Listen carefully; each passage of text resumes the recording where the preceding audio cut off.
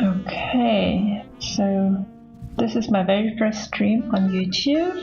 I have no idea if it works. Let me just check if it does.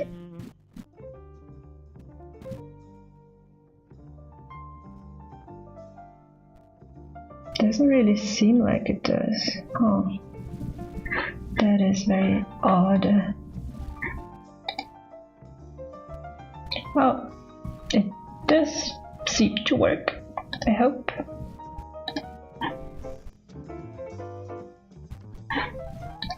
Oh, nice, okay.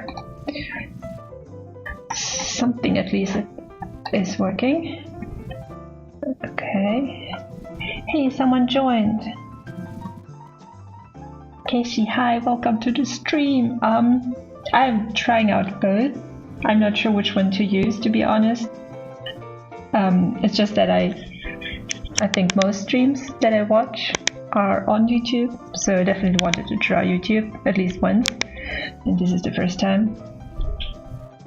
I don't know which is better, like, where do people usually watch streams? Twitch worked pretty well, I just wanted to try this. Yeah, I don't know how different it is, or what's the difference, really. I had to like tweak the settings all over again, so I'm not sure if anything sounds even good enough. And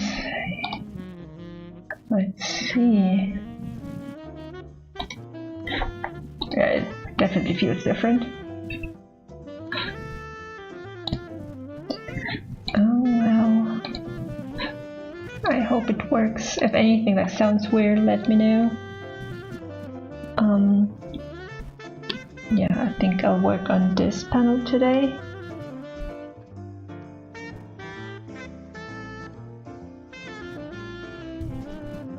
I guess I could also try streaming everywhere. Echoing? Okay, yeah, I don't think I had an echo problem with the Twitch stream, so it must be some of the new settings. I wish I knew which ones though. Put a lot of audio filters, but I'm not sure. Maybe I should put the gain a little bit down. I don't know, I hope it sounds okay. I'll just try to experiment a little bit. I also added like an expander and compressor, and I have no idea if those do any good or if I've used them correctly. Oh well. If like I'm getting hard to understand, let me know. I'll just listen to the playback and Google some ways to make it less echoey later. I guess my room is also not up like the best for streaming. Maybe I need some soundproofing or something. Okay. I think I used the wrong layer here.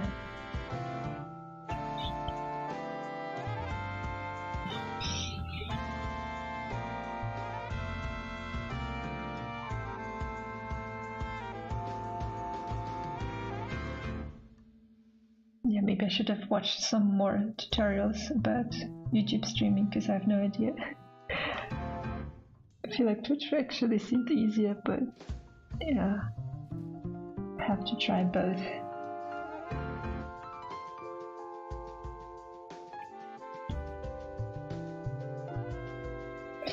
Hey Vanessa, oh yeah, if it's that late already, you should go to bed. I think there should be a playback, like a lot of the stream later, so you could always listen later. So please go to bed. But thank you for stopping by. I haven't figured out the best time to stream yet. Yeah, but we'll see. I haven't even used like YouTube for a while, for my own stuff at least. So,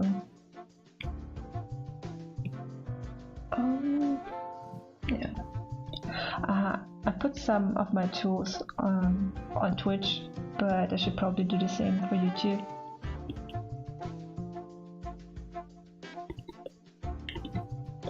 Because I know it's a little bit hard to see since my screen is so big.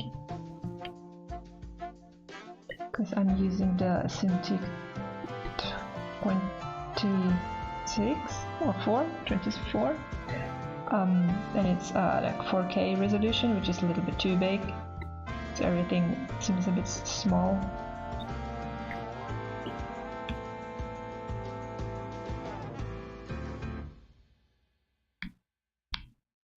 Okay, I'll just work on this. I can also zoom in a little bit. I usually work pretty zoomed out, but I'm not sure if you can see enough. This is how the page would look when it's printed, and I wanted to update the biggest panel a little bit, so that's kind of what I'm doing right now.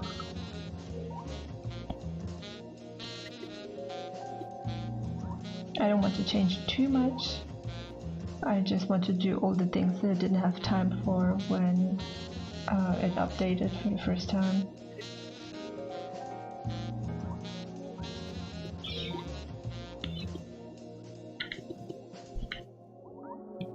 I do wonder how people usually choose where they stream.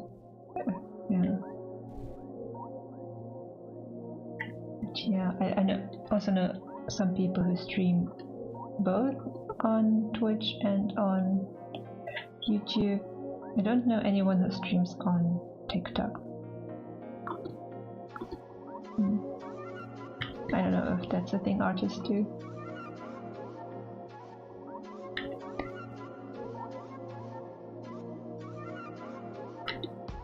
Yeah, I want to expand this panel a little bit, so I don't want these to cut out.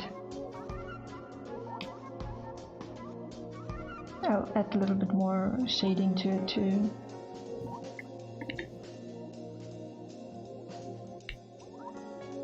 I was also thinking of doing different types of streams. Right now I have to work a lot, so it has to be work related. But yeah, maybe I can do a request stream or something like that at some point. But we'll see how it goes. I'm still not really used to streaming. And I wonder if people are, like, if streaming is different. Like, if people on YouTube have to be, I don't know, louder, more energetic compared to Twitch, or if it's the other way around. I don't really know.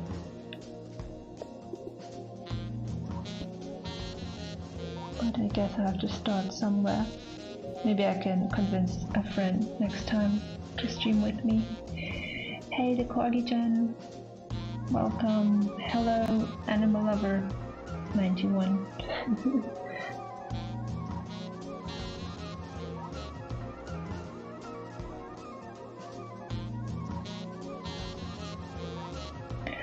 Thank you so much. I'm glad you enjoy my webtoon.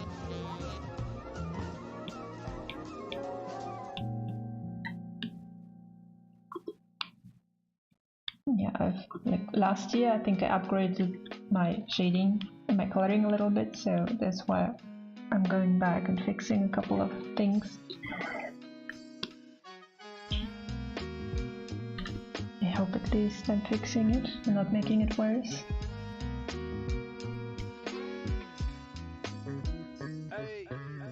Yeah, but I'll try my best to make it look presentable for the printed version of Morgana and Oz. It'll be out on August 6th, I think.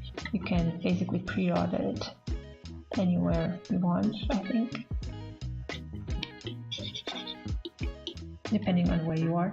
It's also it's coming out in August on August 6th in English, but I think it's also coming out in French and German at some point this year, I think. So I don't have the official dates yet, so I can't say more, but I'll let you know as soon as I do. Yes, that mousy Iris. Hello, welcome to the stream. Hello, Miyuli. Just want to stop by before cleaning the house. Oh, you have a lot to do. That's busy bee. Thank you for doing what you do. You mean streaming or? Love your webcoming and artwork and pray and wish you happiness and success. Have a blessed day. Oh, that's so sweet. I hope you have a blessed day too. With a clean house, I bet the day will only get better. To be honest, I have to clean my apartment too. But I have so much to do that I want to finish some work first and then take some time to clean. I feel like work does better. Feels better when it's clean. But yeah. I won't stream for too long. This is more like a test stream. Because I really don't know really what I'm doing here. Yeah, but I'll take notes and then see if I can do things better next time. I hope like the echo isn't too bad. Hey Ashlyn. Oh, have you seen like the price of the book? Huh. It's probably, I don't know where you live, but the shipping is probably what's really expensive, right? Yeah, that's too bad. Maybe it will get translated into more languages, and then it will be easier to get, hopefully, at some point. I don't really have a say in it, so I just hope it will be at some point. Maybe some bookstores will stock up on it, like local bookstores, or a comic bookstore. I don't know if you have that around you, so you know. Because I got recently an email from a bookstore in Singapore, I think, and they also asked to have a couple of books shipped to them. I think I forgot to reply to that email. Oh no. I have so much to do. I haven't really opened my emails in a while, which isn't ideal.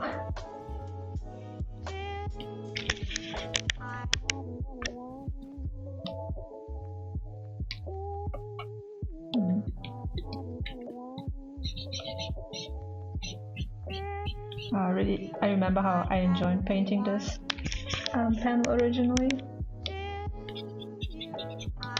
It was a lot of fun. Just wanted to add a couple more lighting stuff. I hope it will look good on a printed page. That's my main goal here. Make it look a little bit prettier. I think these will be the last pages that I'll update. Oh hey Drea. I remember you from the Twitch chat. Welcome back. I'm basically doing the same thing again. Hey Blue Pika Gaming. Yes, it's getting printed. August 6th. I keep forgetting myself, so I have to remind myself when it comes out. How's YouTube compared to Twitch? Well, the first time I streamed was like 2 years ago on Twitch, and my settings were saved from that time, so when I streamed last week I didn't have to change a lot of things. And now, because I have I use Streamlabs and the free version of that, I kind of had to log out and log back in with YouTube, and my settings were gone, so yeah, some things kind of changed, and I'm not sure if it's a YouTube thing or just my new settings thing. I don't like from Streamlabs. I don't seem to be able to access to the chat. I have to go in the web browser. So yeah, I'm not sure. I think I'll have to watch the playback, the VOD after this, and then see how they compare. Because I'm not sure if I should choose one platform or if I should do both. I don't really know how other artists do it. Do they stick to one? It's probably better, but easier to stick to one. But yeah, it's also like, it depends on what's easier for the viewers. Like right now, I made the chat was supposed to appear in the video, but it doesn't, I think. There are some differences. I feel like for now, it feels like Twitch is easier. So, we'll see.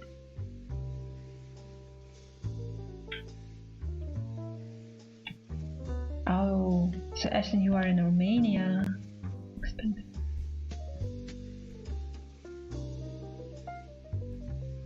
I see. Yeah, I mean, I wonder why it's so hard to get there. Yeah, it seems very inconvenient, I'm sorry. I hope you'll eventually be able to get it for a bit cheaper.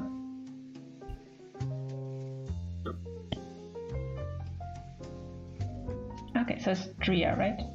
Okay. I think like 2 years ago, when I first started, like I had no idea what to do and how to interact with the chat, and I just avoided saying anyone's names because I was just scared to mess it up. And now I think I'll just try to do my best and see what happens. So forgive me if I make any mistakes. Yeah, also, like, these are all experimental streams. I hope it will get better. So if you have any advice, or if you think something sounds weird, or if you have any tips or requests, let me know. I'm open to anything.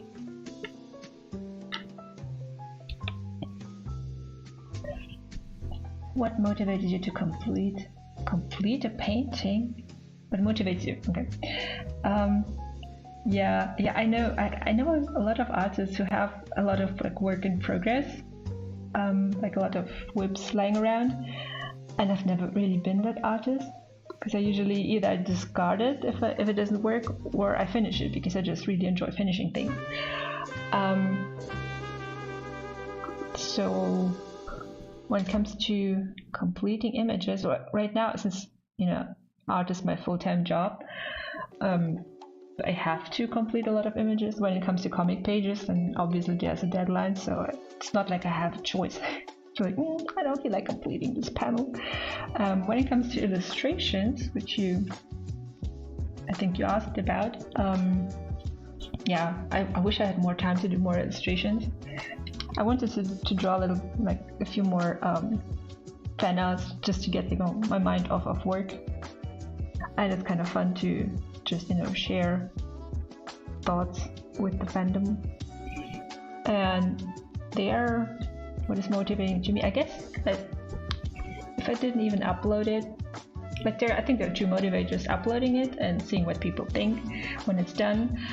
And right now I'm also trying to prepare for to make merch for conventions, so that's another motivating factor to actually finish things that I can print.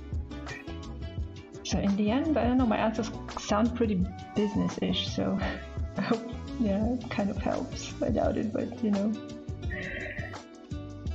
What inspired you to start making the webtoon?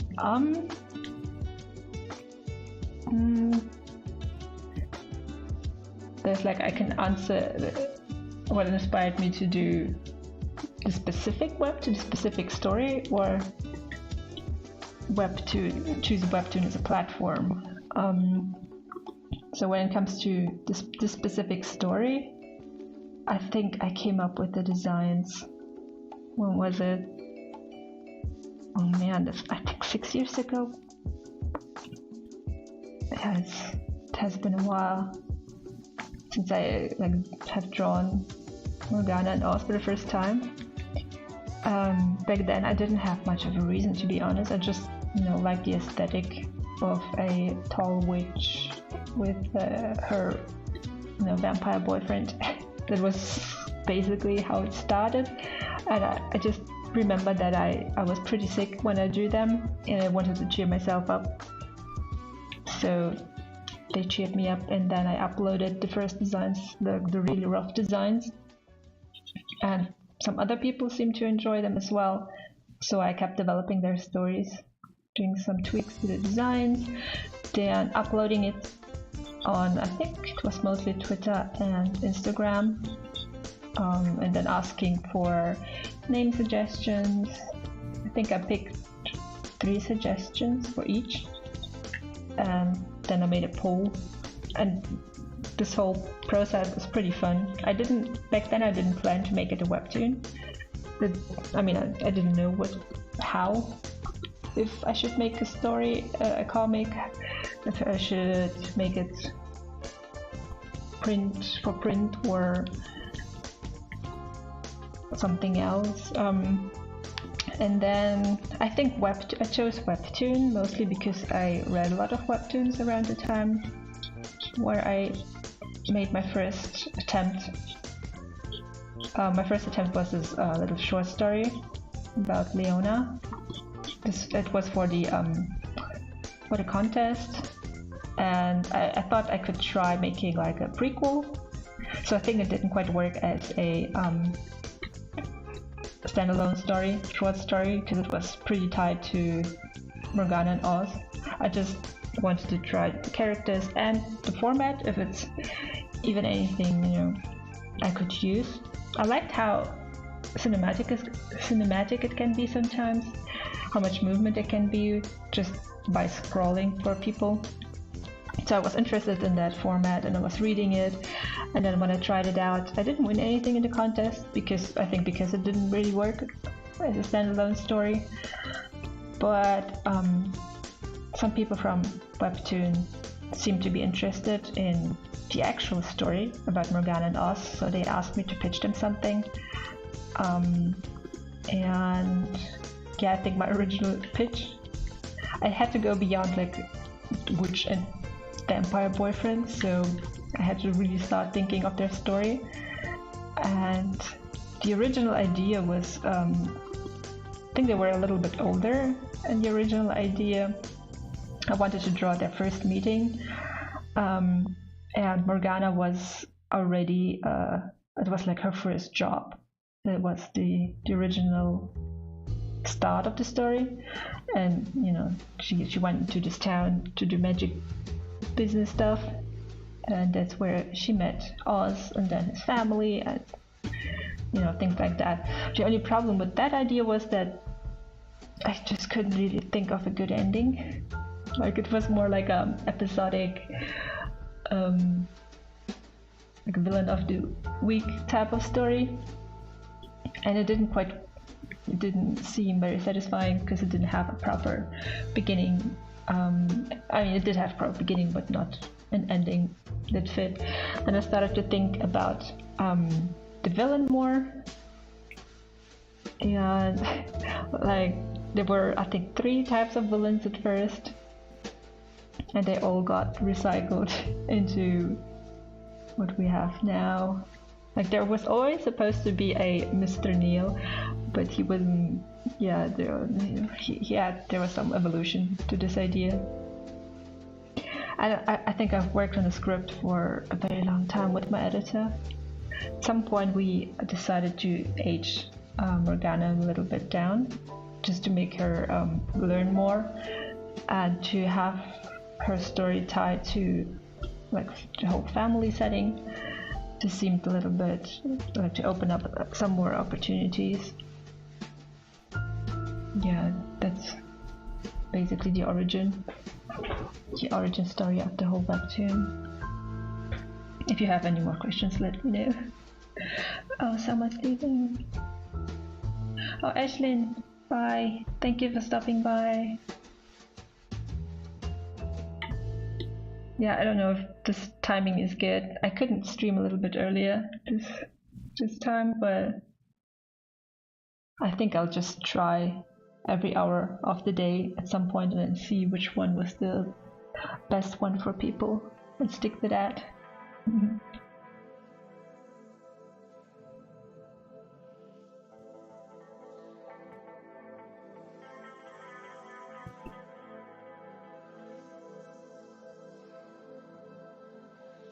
Oh, hey. So Kriya mentioned that you switched to Mac. Is like streaming on a Mac, is it different? Because I am also using a PC, so yeah, I don't know if Mac has maybe its own built-in streaming thing.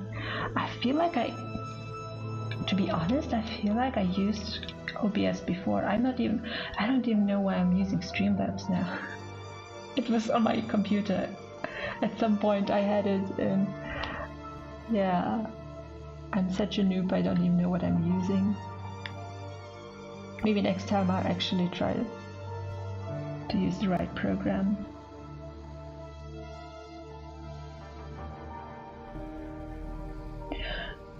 Okay, so today is day off, that's good. And I think this year I hardly had any days off, which is really sad. What time is it in my country? Right now it's almost 4:30. So it's still bright outside. It's not too late. Last time I started streaming at 1 p.m. I think. Which is 3 hours earlier. It's kind of hard to find a good timing. I'm not even sure where most of my audience comes from. I think probably the United States, but the US has so many time zones because it's obviously a huge country, so that's also very hard to plan. And I did have some friends, whenever they wanted to call, it was in the middle of the night for me, so maybe that's the best time, but I don't think I could stream like in the middle of the night when I'm like super tired. So yeah, I think I'll put it to the front.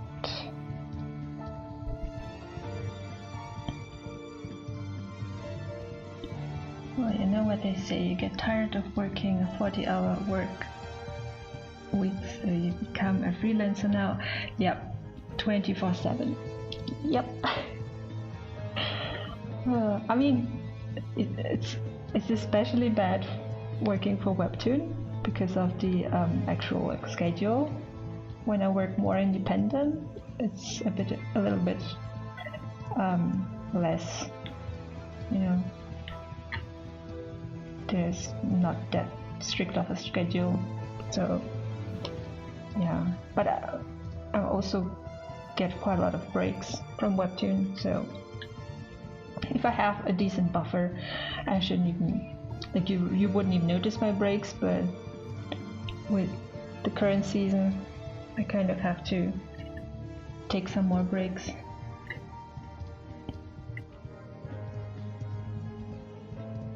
Yeah, it should be done pretty soon. It's just that because I'm also working on the physical edition, the workload has been like almost double. At first I didn't even want to redraw too many pages because it's a lot of work, but I just couldn't let it go. Okay. I feel like it didn't even change much. Huh. I'll just add some more around. I wanted to make it like a frame around her with the plants. The original panel was pretty narrow. That's why I wanted to expand it a little bit, but I don't think I need to make it full page. So if I just expand it a little bit, it should be enough, I think.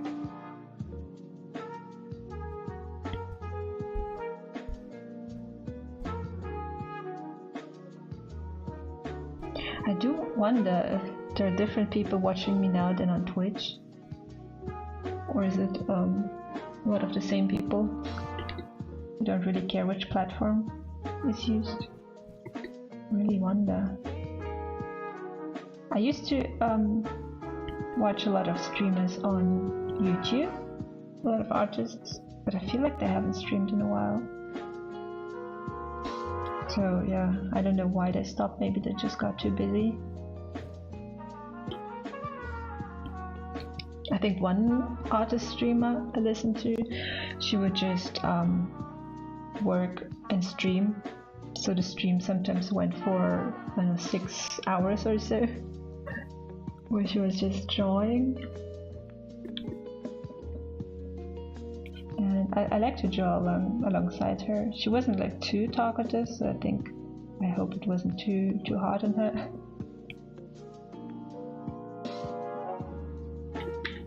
Yeah, I don't know how long I could do this.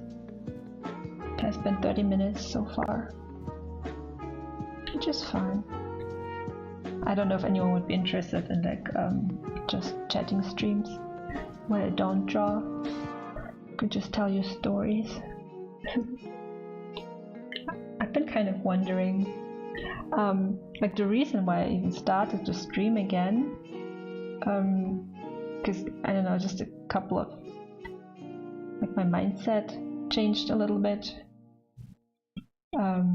Because I originally just, you know, I just wanted people to read my stories, and you know, I didn't want to be like an artist celebrity or anything, so I just keep in the background while my stories are in the foreground, and people should just engage with that.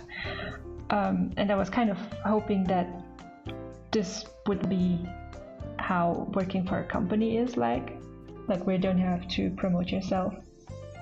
But that is not the case. So even if you work for a bigger publisher, you still have to do self-promotion a lot.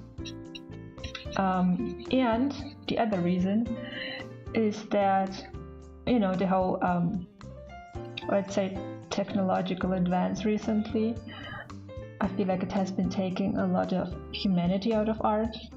And I was thinking that maybe the best thing right now would actually be to bring back a little bit of humanity into art. So like putting myself out there as a streaming artist, maybe like some people would, you know, see the humanity behind the work. That was kind of the idea. I'm not sure if, you know, if that's a good idea, but I thought maybe it would be nice to actually connect to my readers. Yeah, I'm still working on things, so yeah, we'll see how well everything goes. Hey Belen, I'm such a big fan of your art, your webtoon, your vibe. Thank you, I'm glad you enjoy my vibe. Yeah, I don't know really how people perceive me. I know, like I don't think I would, like I'm not like a super loud and entertaining person, because that costs a lot of energy, and I like to put my energy into drawing. That's why I thought like making videos is probably not for me, and I feel like maybe the next best thing could be streaming. So that's why I'm trying this out. Do you have any tips for drawing folds in clothes?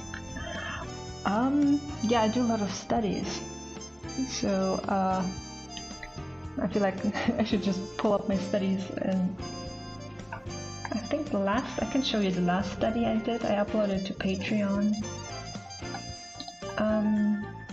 Let me see if I can explain a little bit while showing you my study. Oh. Yeah, this is my last study that I did. So with folds, I really recommend studying from life. These are all like I was wearing a jacket, and I think I made a video with my iPad and then like slowly moved and then analyzed how folds would move. I think it's pretty good to study from movement, especially because then you know how folds change direction. Like if you move your arm like that, like for example with this white jacket and soft material, the jacket, I would never have thought of drawing this part like this. That's why I wanted to you know, to keep it as a sketch to remind myself, because I'm not even sure I really thought about the folds on this side. Like usually think about these folds, right? But not really here, because this is squashed and this is stretched, which is also a good way to analyze folds. You have to think about the form underneath it and how it wraps around. It usually wraps around something, which makes it look already better if you know how the whole wrapping works and how it looks like in perspective. So you have to keep a lot of things in mind. That's why it's so hard. So I would recommend like studying different materials, different clothing, there's who was it? I think Bridgman had like a little bit of a chart for the types of folds that can be found. And I think like pipe, what was it? Like a diaper fold, a pipe fold, you know, different kinds of things that you can you know, categorize and then see if you can find them in photos or in front of the mirror, and then see how things. I think the clothing that I studied from myself is the one that I understand the best, so I can really recommend that. Just really studying from videos or from webcam. Yeah, the more personal your references, I feel like the more they help, at least for me. Yeah, I'm still debating with myself if I should do art study stream. I imagine it would be a little bit hard to concentrate while streaming, so but I could already have something prepared and then just explain things, or you know, have a little bit of structure so that I don't have to think about everything. Just have to figure out things and then, you know, make notes and hopefully explain a couple of things usefully. But we'll see. First I have to finish a couple of Morgana and Oz pages.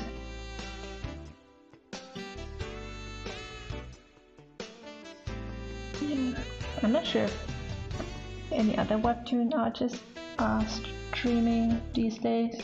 I saw a lot of them stream at some point, but I imagine that, you know, the workload becomes quite big, so yeah. Sometimes, like when the deadline is approaching fast, just have to finish things quickly. And I don't think, yeah, probably it would be a big spoiler if I streamed working on the new pages. So right now I can use older pages that people probably already saw. Yeah, once I'm done with this, I mean, this is only for volume 1, so when the work on volume 1 is done, I can still update pages. Probably a lot of pages I should update in volume 2. So season 1 will have volume 1 and 2. That's for season 1. And then when I'm done with season 2, I can work on the physical edition there. I think it should also be 2 volumes. And I feel like I'm not changing too much. It's not really looking that different. And the lower part of the picture is covered by other panels, so it's kind of useless. Oh well.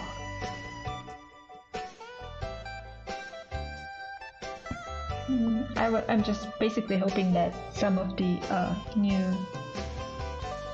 details that I'll add will be more or less visible in the printed version. So, because you know, on the page you can maybe take a little bit more time to look at things.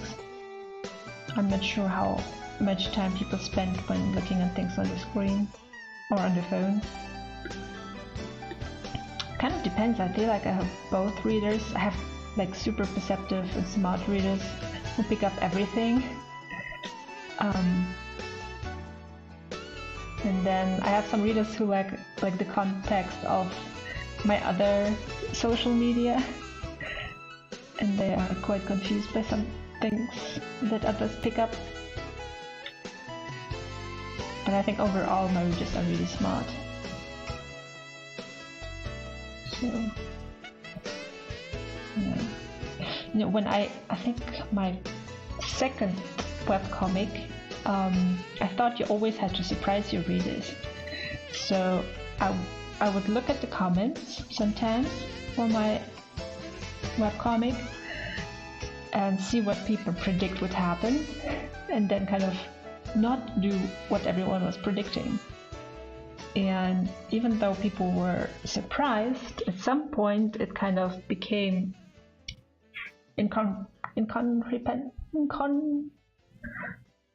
it didn't make much sense. Because it started to deviate from the original plan, because I guess it was too obvious for a couple of people. And then I had to think of a new plan, and then I didn't know where things would go, and I didn't do enough foreshadowing for the new plan, and then people who did not predict it, who were surprised, didn't actually like the outcome either. So that's when I decided, like, I want to create a satisfying reading experience, which I don't think always has to mean that it's like always a surprise. Because sometimes people know what's coming and they just want to see how it unfolds. I feel like that's what my impression from the comments. Because there are a lot of people who saw a lot of things coming that came.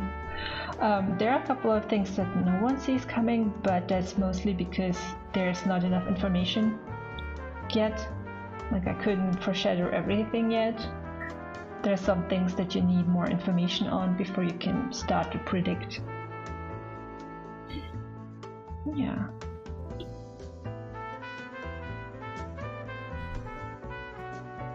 What else can I do to make this panel better? I don't really like the shadow on her face.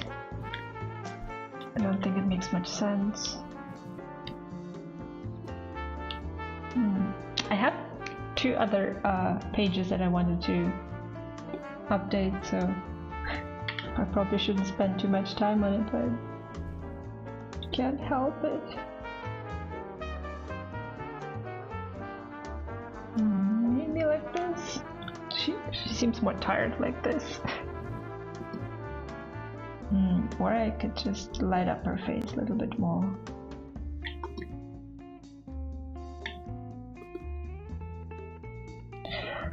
Yeah. When it comes to shadow, I definitely need to study more. What I realized studying other artists is that quite often shading doesn't mean you have to add that much. Like, sometimes very simple shading, very simple shadows can already be super effective. So I think like shading is the part that I have to study the most, but I'm a little worried doing like coloring study streams, because that's my weakest part, and I don't want, maybe I'll pick up wrong information or something. I don't feel like I'm an authority when it comes to coloring, proper coloring. Yet, at least. I'm working on that. So I don't know if I should share my the way to get there, or I should wait until I'm more confident in the skill set and then share the end result. I'm drawing a picture of friendship, but it's quite similar to love. If you have any ideas to emphasize the theme of friendship? Oh, that is such a good question. Because I was thinking that I really want to write more friendship in my next story. And I think it's kind of hard to say without knowing the characters.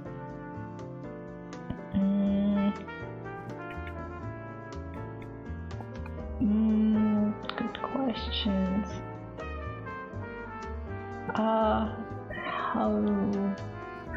I like to draw interactions, but when it comes to, it really depends on the characters and how they show affection. And I also I like to have romance start out as friendship, so at first have some friendship. It also depends on yourself, how you show friendship and stuff, because I would my first instinct would say draw people closer, with more contact, but that's not really how everyone shows affection. And there are also levels to it, how much is still friendship. I guess more intimate space between the characters would show more a more romantic relationship. So it's kind of hard to explain, really. And I see why you struggle. but then again, I don't know. I feel when it comes to my characters and I just draw friends, I don't mind if people ship them, I guess. They could interpret it however they want. As long as they don't kiss, I feel it can both be friendship or romantic.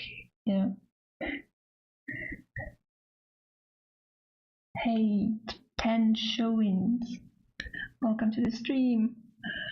Where are you from? Right now I'm based in Germany. That's where I am right now. And I've mostly been living here. I wasn't born here. I was the first 7 years of my life I lived in Latvia, more Eastern Europe-ish. And then I also lived 1 year in Japan. It was before the pandemic, so I plan to go back there, maybe live there for more. But because of the pandemic, I kind of got stuck here. And I already I have a pretty good workspace here. It's kind of hard to change that. Even though I heard there's a new digital nomad visa in Japan, so thinking of maybe making use of that. But it's only for 6 months, so I'm not sure how useful that would be. Because if I would live in Japan, I would probably want to stay for longer. We'll see. Yeah. Kind of interesting that most of my audience doesn't really know where I'm from. I remember when you went to Japan, you posted about it on Instagram. Yeah. Oh, it has been such a long time since I went there. You've been following me for quite a while, huh? It's really cool. Yeah, I really want to go back there. I was thinking of, because I found this this traveling agency, Trova Trip. I was thinking of making more trips with them, and we were talking about making another Japan trip this year, but then the person who was in charge for me went on a little break, and we haven't spoken since. So I think we'll end up moving it to next year maybe, because we were planning to make a 1 week Japan trip where I would host it in October, but I think that's pretty soon. Might be too soon for people to plan in, so we might push it to next spring, because I really like to travel, and when it comes to these kind of work trips, I like to travel to countries that I speak the language of. So I was thinking of maybe like an English speaking country. I haven't even considered Germany because there's not much of traveling for me, and I didn't know like why people would even want to come here. So yeah, Japan is also pretty good because I can visit friends there when I'm done with work, so I hope that works out soon. I'm currently in the middle of moving to Japan. Ooh, that's exciting. Any tips? It depends on it depends on where you move to and what you're gonna do there. Are you gonna be a student, or are you gonna work there? Are you moving to the Kanto region, Tokyo, or a smaller one? Because I used to live in Kobe, so I know a little bit more about the Kansai region. And there were, Animal Lover, I don't know where you are from, but because some tips that some differences that I found might not apply to you because it might be the same where you're from. But for example, I didn't realize that when it comes to the washing machines and doing laundry, that the washing machines would use, in Japan, they mostly use cold water. So they have specific detergents that are, I guess, optimized for cold water. And that kind of, I don't know, that was a big shock for me, because I don't think we wash with cold water here. I was never sure if my clothing was clean enough, because I probably didn't use the right detergent or something, so I took a lot to learn that. We don't have like convenience stores here that are open always, so that was amazing that you could just, when I like worked all night, because I did both, I worked there and I studied, so when I stayed up late, it was kind of amazing that I could still go to the convenience and get something to eat. Then of course the whole train system is a bit different, but it's very convenient. I think it's very easy to understand. It also depends on where you are. I think the Tokyo system is pretty easy.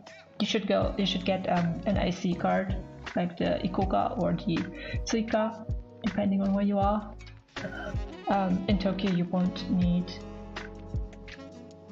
that much. Like, you will be fine in English if you don't know Japanese. So I'm moving to Fukuoka. Oh, I'm going to be a student and then part-time job. That's great. Oh, okay, I have some friends there, so I should maybe ask them.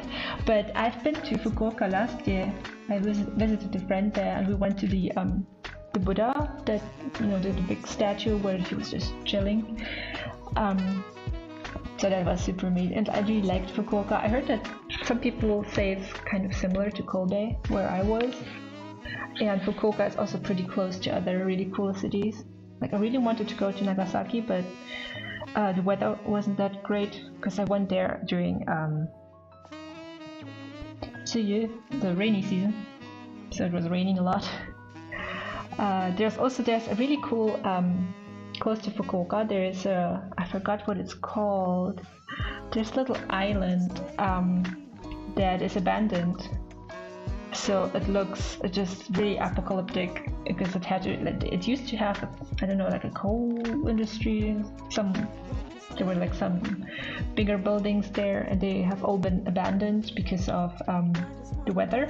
I think there were too many typhoons and storms, so they moved. And depending on the weather, you can go there with a guide, and it looks really interesting. Really wanted to go there, but the weather wasn't good enough, so it was too dangerous to go there. But yeah, I have a friend who's living in Fukuoka, so I could also ask her next time. Yeah, like last year we went to what was it called, Momoichi? I forgot what the beach was called, but I drew a little something after seeing some people there. It was pretty fun. So that's really exciting. I do recommend in Fukuoka. I wonder. I feel like you always probably have a better experience if you know the language. Fukuoka, I heard, has a lot of startup companies, so quite a lot of work opportunities. But when I visited my friend, I think the area that she lived in, I felt like there weren't a lot of people who spoke English. So, and that's also when I came to Japan for the first time. I didn't want to go to a bigger city. I didn't want to go to Tokyo or Osaka because I didn't want to have to be able to rely too much on English. Because when you're in Tokyo, there should someone always be someone there who speaks English. But when I went to Kobe, even though it is pretty an international port city, I don't think I've met anyone who spoke English there. And that's why I was forced to learn Japanese. And I think it helped because I knew there was no other choice but to try to speak the language as best as I can, and as long as people understand me, it's fine. I didn't, because it was hard to get over this threshold where you want to speak perfectly, but you don't want to make mistakes. But at some point, I think it's you snap, and then your brain just wants to be understood. And your brain's at some point just stops caring about if what you say makes perfect sense, if it's perfectly grammatically correct or not. And then at that point I feel like you start to pick up a lot more words, because I think, I don't know, I guess it's different for everyone, but I think most people do learn better from experience and from exposure to the language than textbooks. So, and what better exposure than being in the country. Yeah, I also my flat in Japan was really small, and I didn't really like to be there inside, so I went out a lot. And that also helped, to go out a lot. There was also, I was really lucky to find some artists in Osaka. There were international artists, but also some Japanese artists were there, and they were just all so sweet. And I met a lot of friends there. Yeah, and they introduced me to more friends, and then that's really fun. There are also a lot of language exchange type of meetups, so you should be able to find a lot of things. So the most important thing is to communicate with as many people as you can. Although I did have I like to even communicate with people, random people in a bar, or bars are actually really good. The bartenders are usually very nice. or in cafes. But at least as a German, I feel like I had some very weird conversations with people, with older people. I mean, like elderly Japanese people were kind of odd. I mean, they were very friendly and a bit too enthusiastic, especially when I told like I'm German. You know, like the comments they made were just like no, please don't. So if you say you're from the UK, I don't know, they should probably be fine.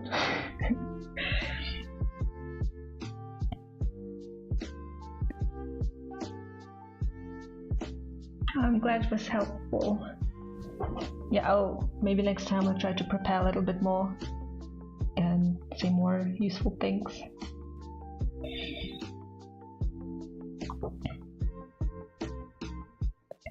I think it would be quite exciting if you made a video on the topic of painting repair.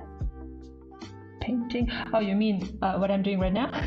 You mean the touching up older panels type of thing?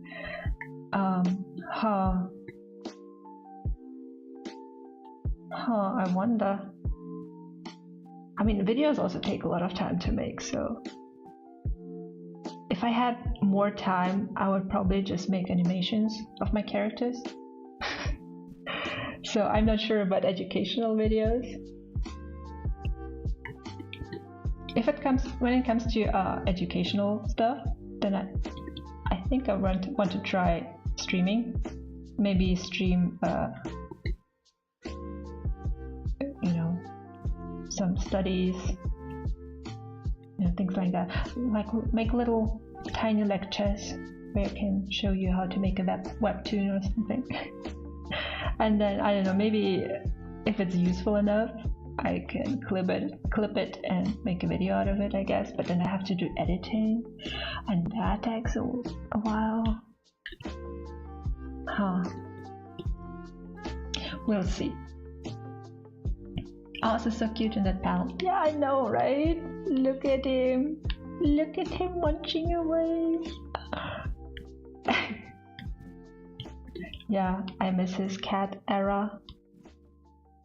It was fun to draw. And super fast. Now I have to make sure that he looks handsome enough. And sometimes it takes a while.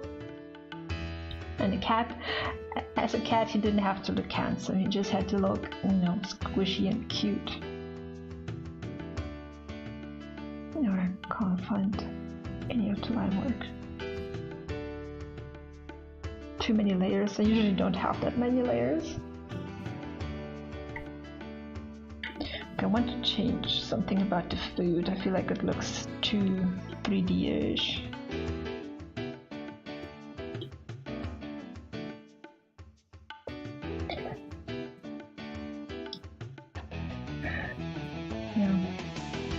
Yeah, older generation making comments.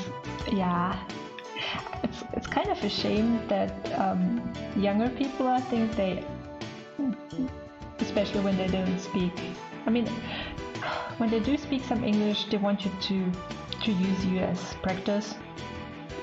And if you want to communicate in Japanese, then I don't know, the conversations are not that deep. What I can really recommend is like looking for or trying to find people depending on your interests, like finding interest groups. I think that could be very, very helpful. Like I have some friends who were interested in music, and they found like groups they could play with, or sports. You could join sports organizations, or even the gym could help, even though that's a bit expensive. For me as an artist, there are lots of options, like going to conventions, or there are a lot of like fan meetups or artist meetups, all kinds of stuff. And also depending on where you are, I don't know about Fukuoka, But in Osaka, for example, there was a JoJo bar, like a JoJo themed bar. I think there should be 2 in Tokyo as well. But the bartender there, we call them like master. He was like a real nerd, so it was really fun to talk to him about JoJo. And sometimes with other guests as well. Yeah, I have a friend she's really extroverted. She just really likes to talk to people, and she made so many friends. She used to live in a rural area where there aren't even that many younger people, and she still made so many friends. So yeah, if like at first I don't think I wouldn't worry too much about it. I think you should concentrate on learning the language, and you can do stuff with your school, as long as you're social. I think it helps. Just first probably you should get used to the area that you live in. Take your time, and then you can see if once you know the language well enough, where you can express what you want to say. I think it will be easier to be friendly with people. Like I have a friend who he's from the countryside, and he speaks very slowly in Japanese, and I always thought he was just being kind to me and trying to speak slowly so that I could understand better. And at first it was super helpful, but after a while I felt like my understanding got better. So like I would appreciate it if you spoke a bit quicker. I didn't tell him, but at some point I think we went to the JoJo bar together, and he was talking to the bartender, and he was still talking very slowly. So that's when I realized, like, oh, I guess it's because she's from the countryside where things aren't fast, so he's just taking his time. It was really helpful, like, for me. And yeah, making friends in the countryside, I guess, can be very useful for language learning. The tomatoes floating. I mean, I can put some shade on it and it looks like it's not floating. I didn't want to redraw everything. Yeah.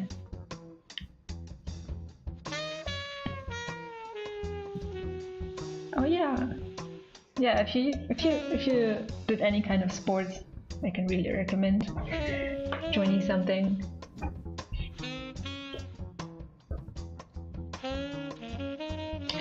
Oh, you've never been to Japan before? Ooh, that's even more exciting.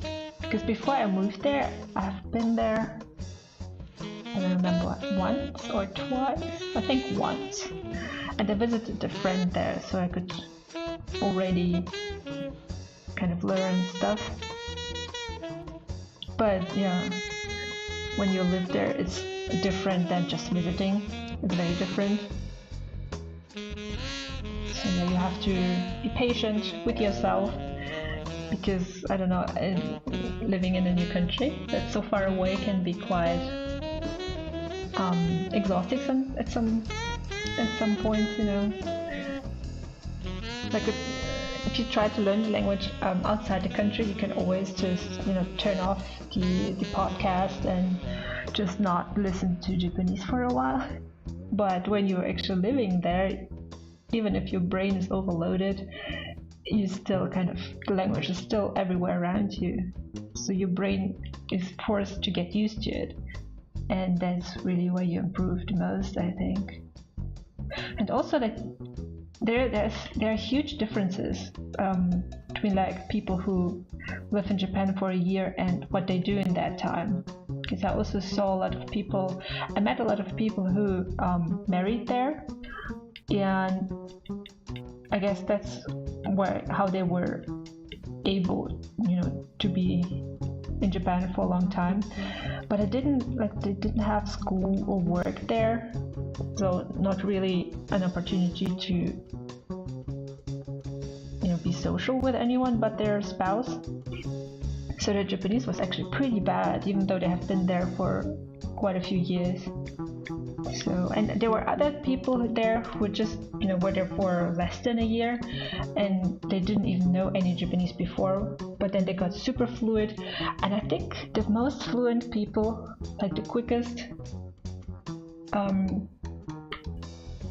progress mostly was with the nerdy people, because they there was so much you could think of doing when you're a nerd in Japan, because when you're not, I don't know what people do there then.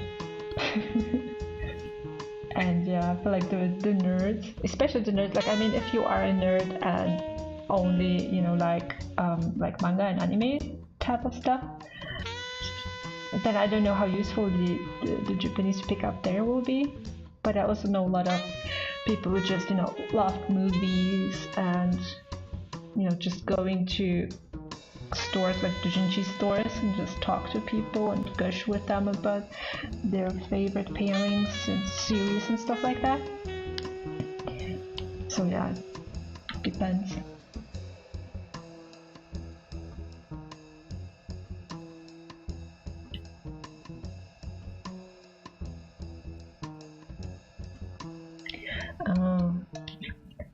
So you say you would be too nervous to visit before you stay?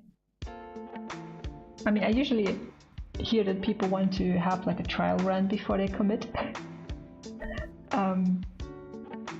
Because I think the first 3 months for me were the hardest, because of my like the confidence in my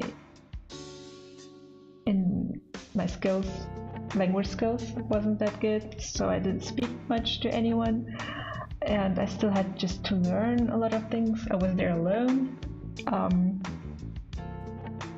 so that was pretty tough, and I thought I would just stay there for 6 months. I didn't plan to do more, but then I think at the 6 months or like 5 months point, I felt so comfortable, because I was a lot more comfortable with the language. I knew more people there. I wasn't alone anymore. And then I thought, like, I could just stay here.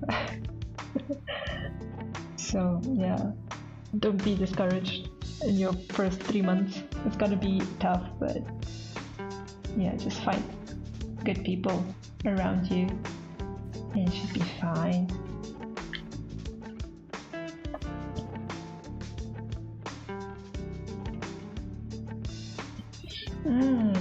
So you're more of a nerd for languages. I think that's perfect, because in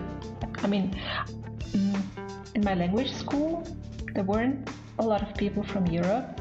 Most of the people who were there were from other Asian countries, and there were some like nerds there who just really loved the language but not really speaking it. They could read all the kanji, like knew all the grammar, but it just didn't talk to anyone. And I don't know, I saw that a lot with,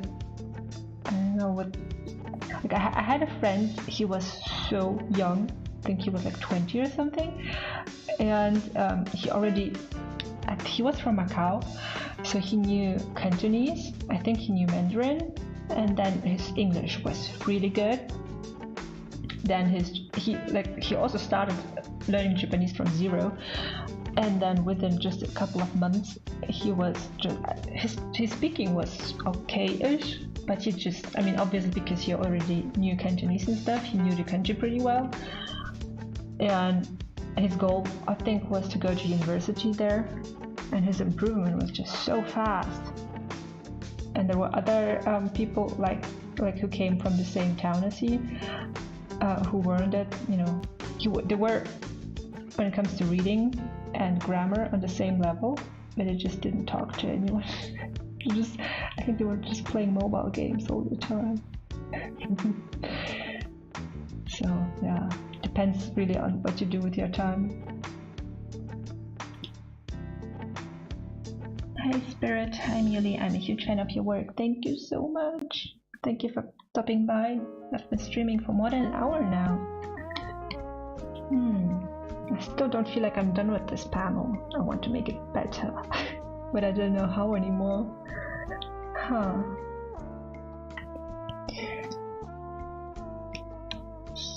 I've started 3 different languages, but wouldn't ever be fluent because I had no one to practice with. Yes, it does help to practice. I agree. Like languages, I think. No, I mean, I'm pretty sure languages are there to communicate, right? So, best thing to do is communicate. And I know, like I have been there, so I know there are a lot of people who kind of aim for perfection.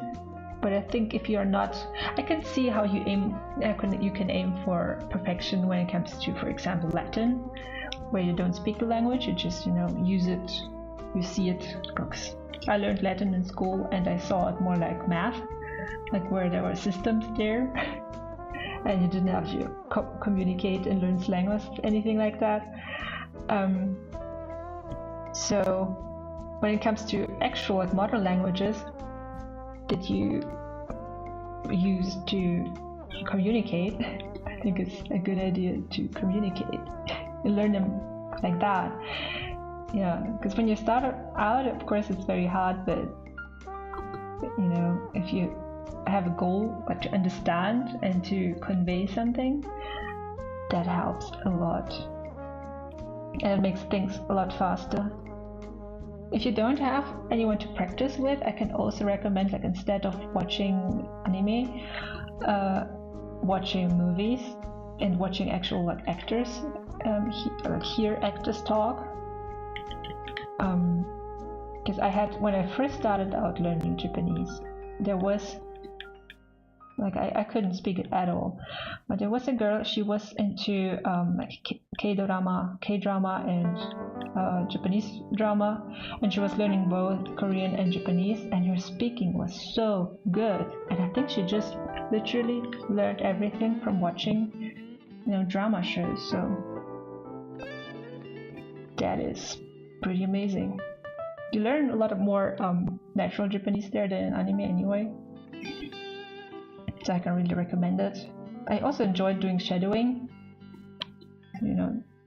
Yeah, I think that helped me a lot with my Hatsuo pronunciation.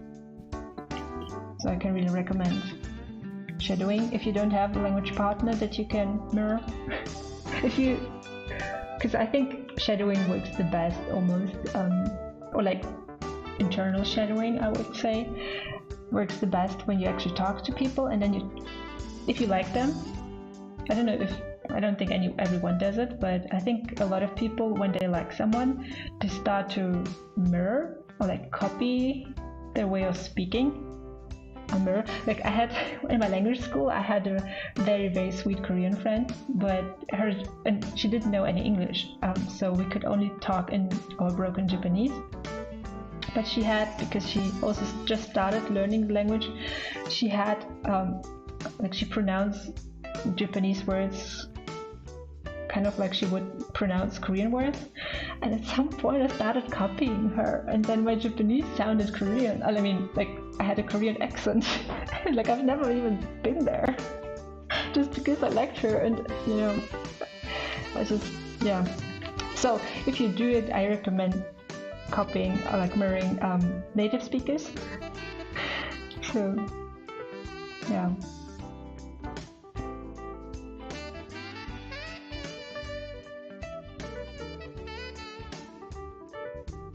Oh, so you plan to stay for 1.5 years? Language school, yeah, that's a very good option, I think. I have like when I also went to language school there, but the language school I went there was kind of like a preparation for either shushoku, which is like finding a job, or finding or like getting into university. So it was more like a preparation or these two. And I always I took the business classes with the Keigo, and it was super fun. But since I was I didn't really plan to work for a Japanese company. I always wanted to keep working as a freelancer. A lot of the things I think didn't even apply to me specifically. And I think I had a very, very old teacher, or the business Japanese, and I think he was already retired, and he just, taught some Japanese in his free time. He was very, very good, but I don't think he understood a lot about freelancing, like freelancing artists. I don't think he believed me that I could live off my art. And just, when I was in Japan, I was still, doing freelance jobs and working with publishers and companies, and I don't think he understood what I was doing. Yeah, but there was a lot of things that I learned, and I know that a lot of language learners really don't like Keigo, like the very polite way to speak. But I can recommend a series to watch. It's called Hanzawa Naoki. It was really popular in Japan. It's about a banking person who's working for a bank. And of course he was using a lot of Keigo. And I think with that series, that's when I thought, damn, that sounds really cool. So for me, Keigo just sounds really impressive. That was my motivation to learn more of it. Duolingo teaches you super proper way of speaking. Yeah, drama is more everyday use. Yeah, I think it's good. I guess it's good to learn proper use, so you know how things should sound properly. But I know some people who really they don't need the language for anything else than to communicate, and they just pick up things like a child, like a baby would. They don't learn grammar or anything. They just learn things and copy things and just communicate, and they learn like things that might not even be the proper way to say things, but they sound very natural. So yeah, for me it's I think it's at a certain age it does help when you know more about grammar, and then it helps to memorize things better when you know why certain things work a certain way. So when you know the rules, you can memorize things better, I think. But it's probably different for everyone. I don't think I could go to university there, but I was interested in the business classes. Yeah, there's also you don't have to go to university. There's what is it called? It's called like Senmon-gakko, gakuin kana. It's like a vocational school. I think it's not as strict as university, so it's more chill. And I have considered, because there are those vocational schools for like learning manga or animation, things like that. So I have considered that, but I was already, because I went to Japan after finishing university here, and I was just so done with university. I didn't want to study anymore. I just wanted to work and like to draw. So yeah, in the end I decided not to go, but I think it still sounds like a pretty good time. And I think also universities are less strict than, once you get in, are less strict than school in Japan. At least I hear that a lot of people, once they get in, pass the exam, they can take it easy in university, and then it's kind of a good transitional phase between high school and job. So yeah, it really depends. Because working there, I hear that if you want to work in Japan, it's best to work for a foreign company, not a Japanese company, because their working conditions aren't that great. yeah, I don't know how they treat people who are not Japanese, because I have, heard some bad stories. Yeah, but I also don't know what people are like in the arts business, because I feel like worldwide people are a bit, when they do art, a bit more chill. But yeah, it depends, because I've worked with a Japanese publisher. That's where I needed my keigo before, and it was very professional. But I also was introduced to a Japanese editor, and she was really chill. But she also worked in America for a while, so maybe that's why she was more chill. Yeah, so yeah, it depends. The people that I know, one friend, she works, I think it is a Japanese company in Fukuoka, but she works, it's a very small company, so I think it also might already be different.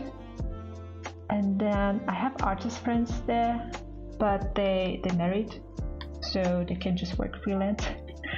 And then I have a friend who is getting into animation actually, and she worked in a Japanese gaming company, I think. And now when she gets the permanent visa, she wants to work more freelance for animation. So there are a lot of ways to really find a job and stuff there. Yeah, I think I should let it go. I should let this panel go. I should let it rest. Yeah, I think it should look okay on the page, right? Maybe I should fill in this area.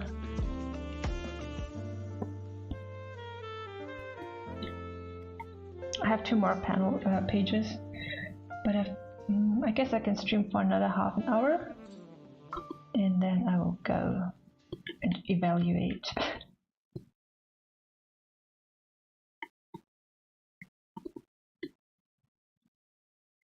Because I have to finish this today.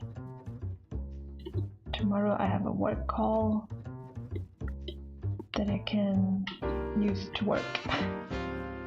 This is also work, but not the next episode, which I also have to finish soon, so yeah. Okay, let's call it here. Okay, I had this. I think this seems more of a lot of work, because look at how the 3D looks. Oh, terrible. I have to change it. The original page would look like this, but I feel like I could make it better. But I think this will be more work, so I'll do this one quickly. With this page, I felt like this vampire panel didn't look too good, and I forgot about the text. I'll have to put it in there later. Yeah, I wanted to make it look a little bit better on this page. I think if I expand the panel borders, it will already look better.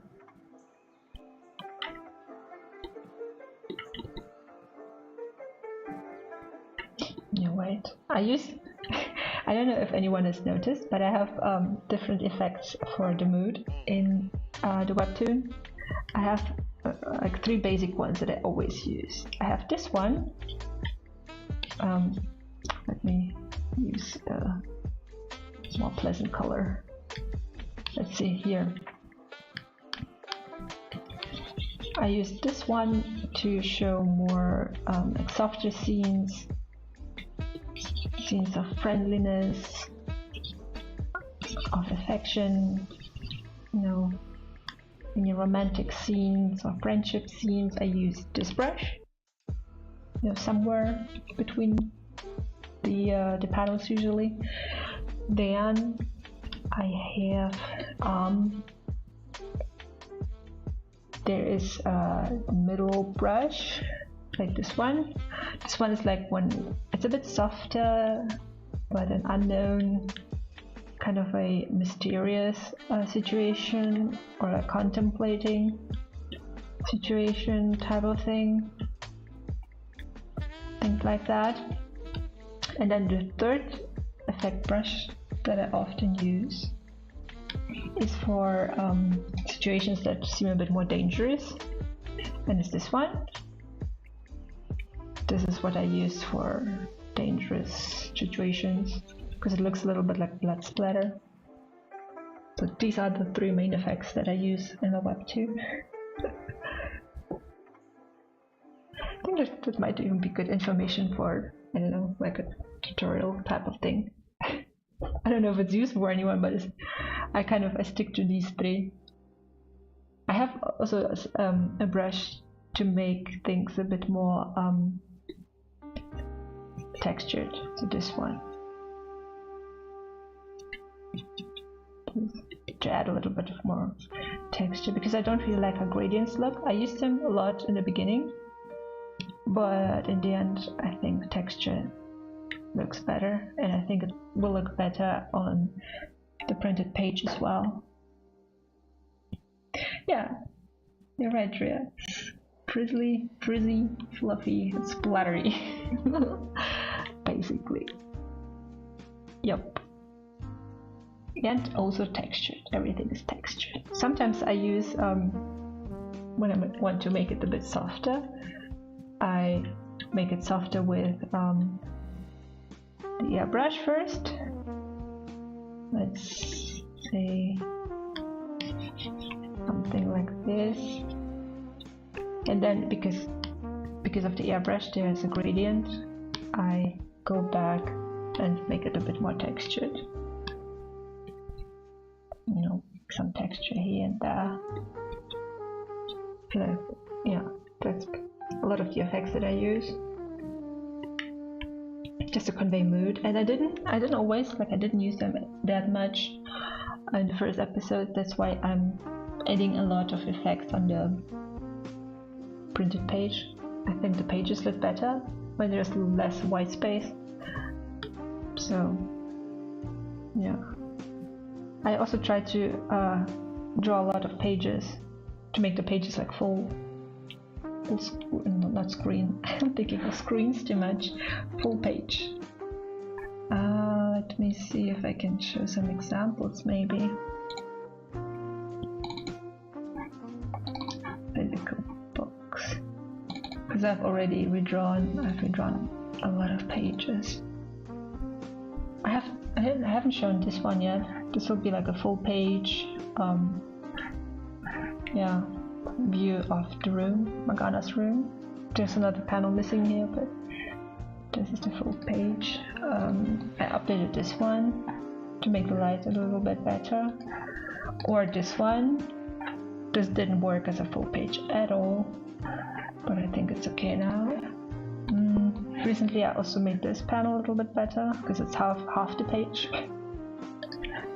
I updated this one. Yeah, it's full page now. Also updated this one, but I think you might have seen that already. I have this one. Will be new pages. I have already also a lot of panels, like single panels that I updated, but these are for the full pages. Also like this one.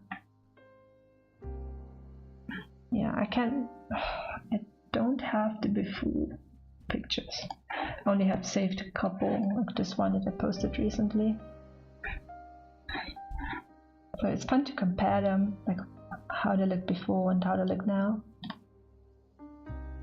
Yeah, I mostly added some shading and fixed some of the value issues, because I didn't understand value. I mean, I understood it in a theoretical sense, but for some reason I could never really utilize values properly. Now I think I got a little bit better, because I know that contrast is just more pleasant and more striking, so I just try at least to pay attention to contrast and and just hope that there's enough contrast. Oh damn, I'm using the wrong brush. It's a dangerous scene, so it has to be a spiky one. Not the contemplating one. I think I'll leave this as red. The panel, the page underneath is just for reference. So don't be surprised if I paint over it. Just the reference. Oh, I do have more pages to show actually. I just remember that I have some before and after. Well, I can show you this one. This one is what the person that I'm working with, or the people that I'm working with, decided would be a full page, and I thought this would look terrible on like a paper, like the snow. So I made it like this. So it's like the same content, but I hope it will look a bit better on the page. What else? Yeah, and this one was just, I didn't like the borders because it was from a Webtoon episode, and you know, there were these white borders, and I just didn't really like how it would look on the page, so I had to do it like this. So we have these two. Now it will look better on the page now. And see, I used the feel-good brush here.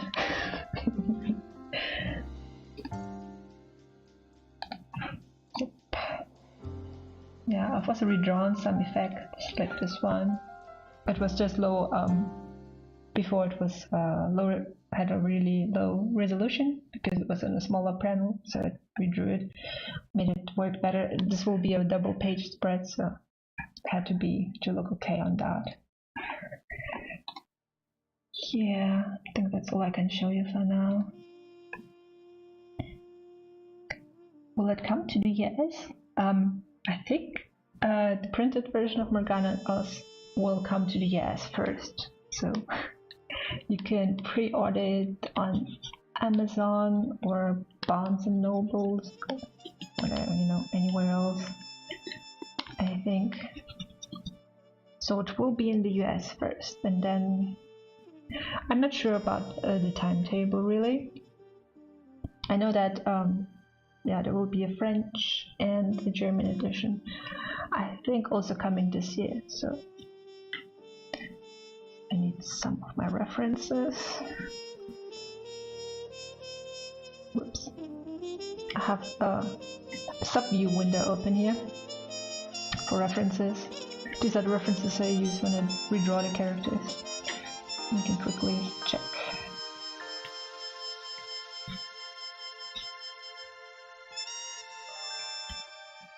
I'm super excited for the printed version to come out as well. I hope it will look good. First I was like, I don't have time to work on it. It will probably look okay. People who like the Webtoon probably enjoy the printed version as well. But then, you know, the perfectionism took over. And I was like, no, I have to make it as pretty as I can with the limited time that I have. So I worked on it quite a lot. There will be over 200 pages, so in color. So I didn't, in the end, like percentage-wise, I don't know how much I really changed, but I updated probably at least. I do think I updated 100 panels maybe, or even, you know, I just added. Sometimes I just added background patterns. So this was pretty quick, but I think it changed quite a lot. Simon B, I'm so hyped for the German edition. Me too. You know, there will be a special edition. Oh god, I don't know if people are allowed to say that, but I didn't sign an NDA, so I assume I can. And yeah, there will be a special edition with lots of goodies. It will be published by Ultraverse. So yeah, I know some people working there, so excited to have them take over. Yeah, I was just, you know, I didn't read your message, sorry, but yeah, there will be extras. I think the people responsible for the German edition, they haven't quite decided yet, because they are preparing for the Leipziger Buchmesse. So they're quite busy with that right now. Once that is over, I think there will be more, we'll have more time to plan out the special edition. And I think like a standee was planned, like an acrylic standee thing. What else? Maybe some prints. I think some prints. I have a lot of like extra art for Morgana and Oz, so there's a lot of material that we can use. So I'm really curious what will be used in the end. And I'm also, if I do have time, like I hope before the German edition is out, I have time to maybe make some more exclusive art for the German edition, maybe. I don't know yet. There will also be just in the book will be some extras, but I don't think the English or French edition comes with, like it won't be a special edition unless maybe it sells well. So I don't know. It doesn't seem like they do, like Unscroll doesn't seem to do it for now. So, but we'll see.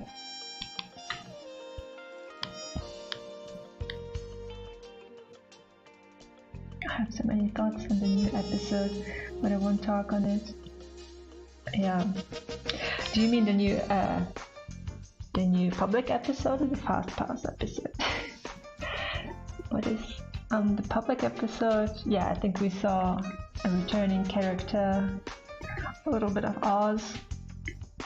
In the Fast Pass episode, Morgana finally realized something. But yeah, I wanted, I should post about it, because I noticed that a lot of people are, you know, confused about Oz now with the new revelation, but there are also a couple of other people who know more about it, and I don't know if, because it will all get explained in the next episode even more, so I don't know if it's a spoiler for those who, like, Morgana doesn't know much either, so yeah. Oh, you mean the public? Okay.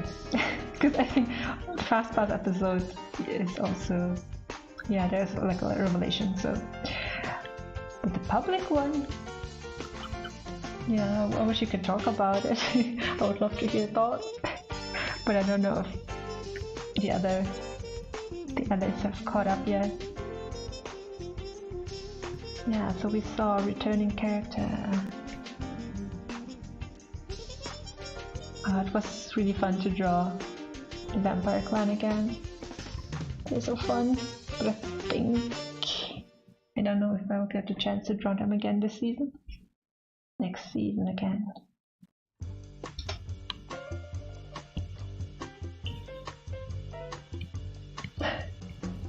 Oz feels like he's not just a vampire. Well, he is special. Let's just say he's special. And I'm going to explain how in the next 2 episodes, I think, because, you know, we have our mentor character entering the scene again, so he will explain a lot. He wasn't even meant, like in the first draft of season 2, he wasn't even meant to appear in the scene. But there were just a couple of things that I feel like Morgana should learn, and he's just a perfect teacher.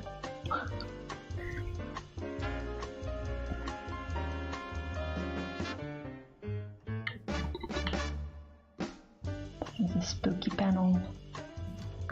Spooky. I thought of making it spookier. Maybe I can, I don't know, add some more texture. Yeah, you don't have to buy the Fast Pass, really. I appreciate everyone who does it, but I'm just happy when people just read it. It's so happy. Didn't have time to read any comments yet.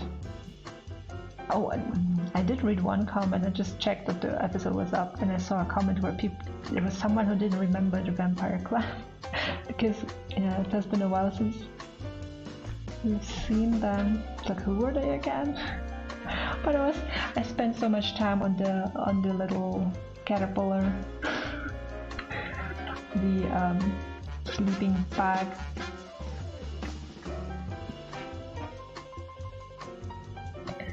This is so random, but you have such a nice calming voice. I do. I recently, I guess the third reason why I wanted to try streaming again is, you know, because I don't speak in English too often. I listen to a lot of English, but yeah, when I speak it's mostly German, or I also speak Russian with some family members. Yeah, and I'm a little bit like self-conscious about my accent because I feel like I have like a subtle German accent when I speak. And I listened to because I think I was supposed to learn British English in school, right? But I don't think any of my teachers really spoke British English. It was just the writing system that we learned, you know, or the spelling. But the people that I listen to, a lot of my friends are from the States, so I think my accent is just a mixture of, I guess, like British, American, German. So I'm glad that people understand me, but yeah, it's all over the place. I'm sorry. Okay, that's good. You have heard stronger German accents, so that means I do have a subtle one. I was hoping maybe I'm just imagining it.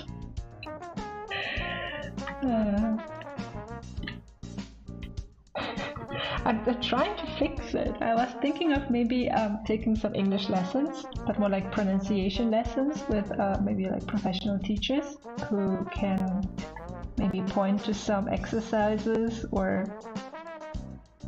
really tell me where my accent comes out the most. I think I have a suspicion. I think I struggle the most with the W and the V sound. Because the W, like in German, we don't have the W sound, so moving my sound like that is just feels unnatural and I get tired.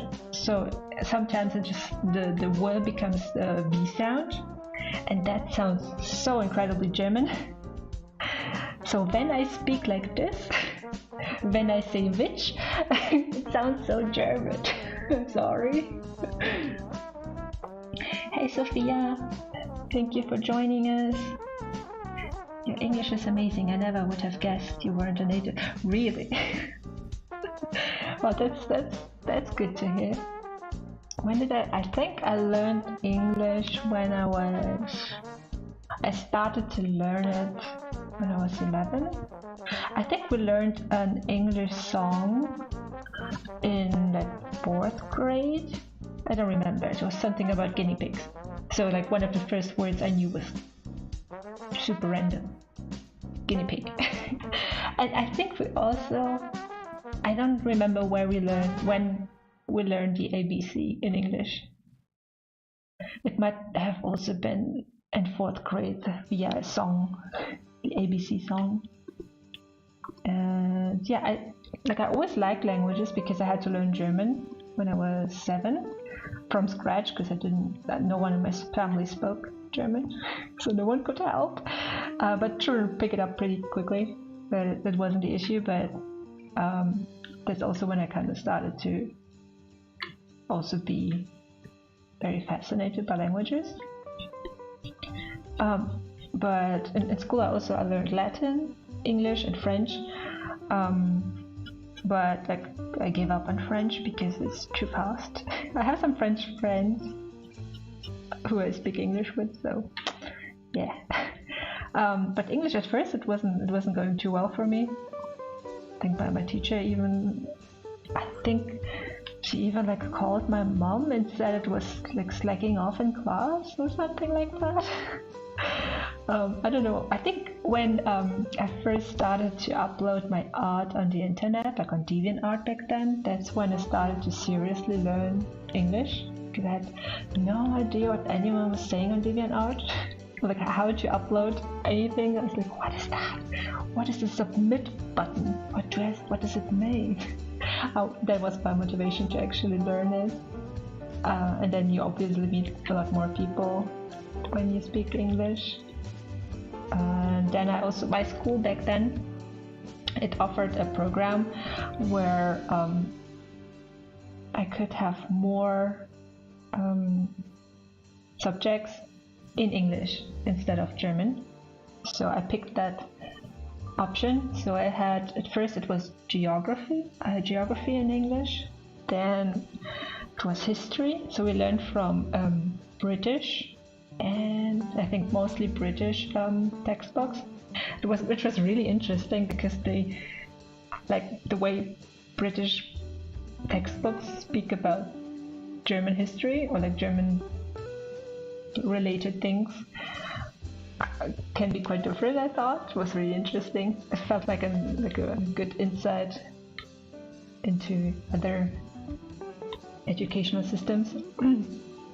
And like the themes were a bit different. So we were, of course, we also had like a big part where we focused on German history, but mostly we were focusing more on international history. Yeah, like European history, and a lot of obviously because we learned from a British textbook, we were talking a lot about Great Britain and that history. And then and I also had political science in English. Yeah, and there I think what were we talking about there? Because I know like we weren't talking about German political system as much as the other like people in the other course, the German course. I think we were mostly talking about general political systems and the Magna Carta and stuff, so British political systems a lot, and American political system. Yeah, mostly that. And I still, to this day, I can remember when the French Revolution was. It was 1789. That's the only thing I really remember. Oh, and we spent a lot of time on the Cold War. And there was I remember this one class where we talked about the Cuban Missile Crisis, and no one in the school was talking about that as much as we did. And my teacher was so fascinated by it, and I really enjoyed his class, but I think it was the only one. And the other, in the German class, no one was speaking that much about that particular event, so yeah.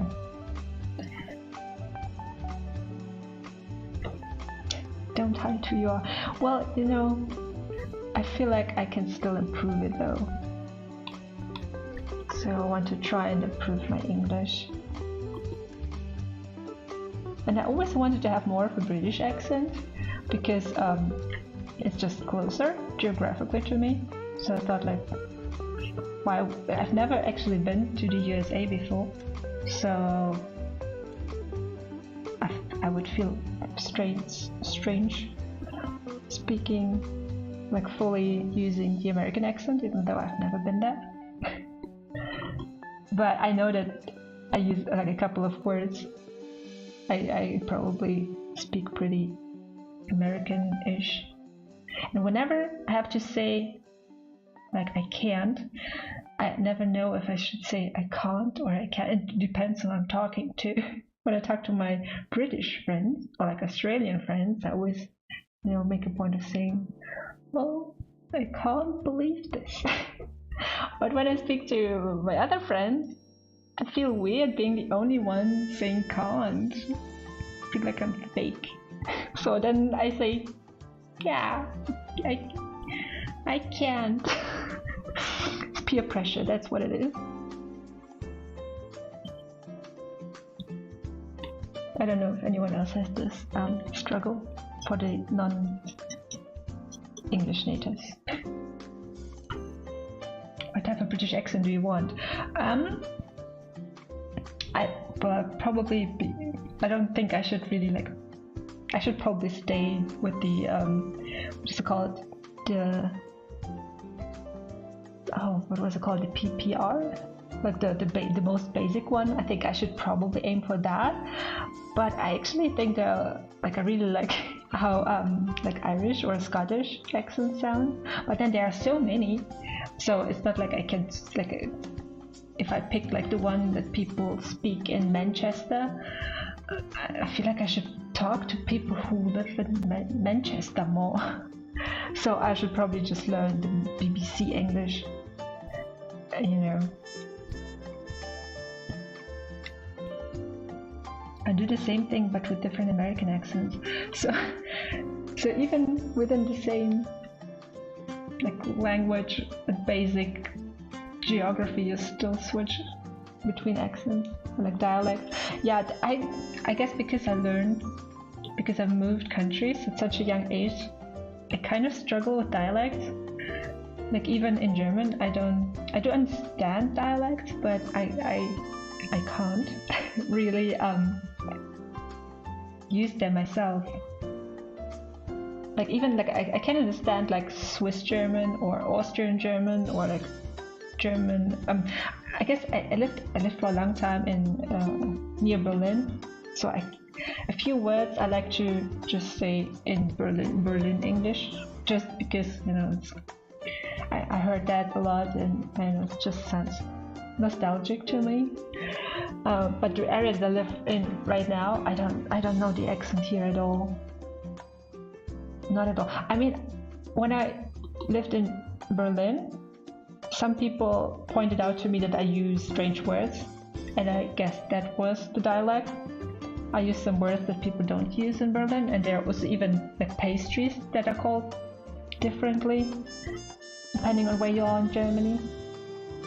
And I also had a friend from Switzerland when I was in Japan, and at first I couldn't understand her at all, but then you know you get used to the Swiss German. But I could never like replicate it or anything like that. Raven, I lived in Scotland for 10 years and I still couldn't understand some of the accent. Yeah, it's like a running gag, right? That Scottish is really hard to understand. But a person just really like the accent. Yeah, but it would probably seem weird if I would try to speak Scottish English. I did think of maybe I should find a reason to also move there for a while, and just find more people to talk to and copy. Yeah, I was thinking about that, but I couldn't find a reason. I mean, like I could. Right now it's really good just to have a studio that I can just work at, but when I finish my Webtoon, I could maybe be independent for a couple of years and live as a digital nomad for a while. So maybe then I could move to different countries. Yeah, maybe.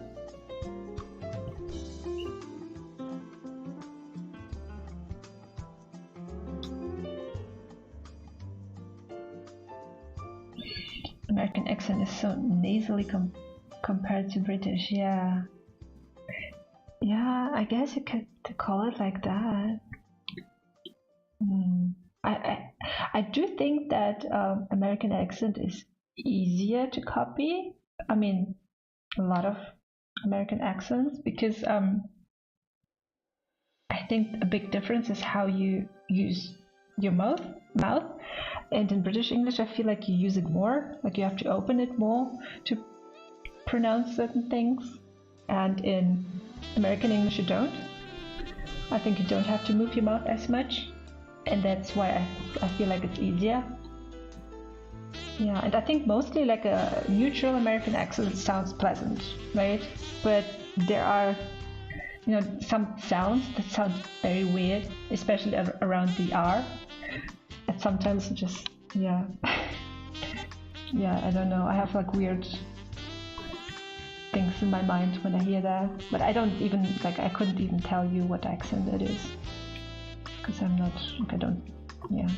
I can hear different accents. Like I like in Japanese, for example, I hear accents, or like there are different endings to a sentence that are pretty easy to pick up. I could never like replicate any accent, even when I was living in the Kansai area. I might have used a couple of Kansai-ish words, but I could never really use Kansai Ben. I just use, words like meccha instead of cho. So that's, I think, the only indication. And I think Kobe even has its own dialect compared to Osaka. So yeah. And Fukuoka again has another dialect. Yeah.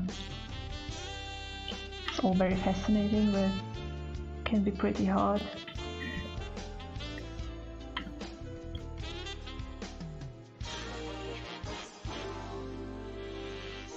American, I'm going to support another artist who just went left. Oh, okay, Drea, of course.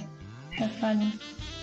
And thank you so much for stopping by. I think I'm pretty much done. Didn't change this panel too much, but I think it will look better on the printed page. So, as an American, we sound like Sims sometimes. It's interesting to hear that from an American.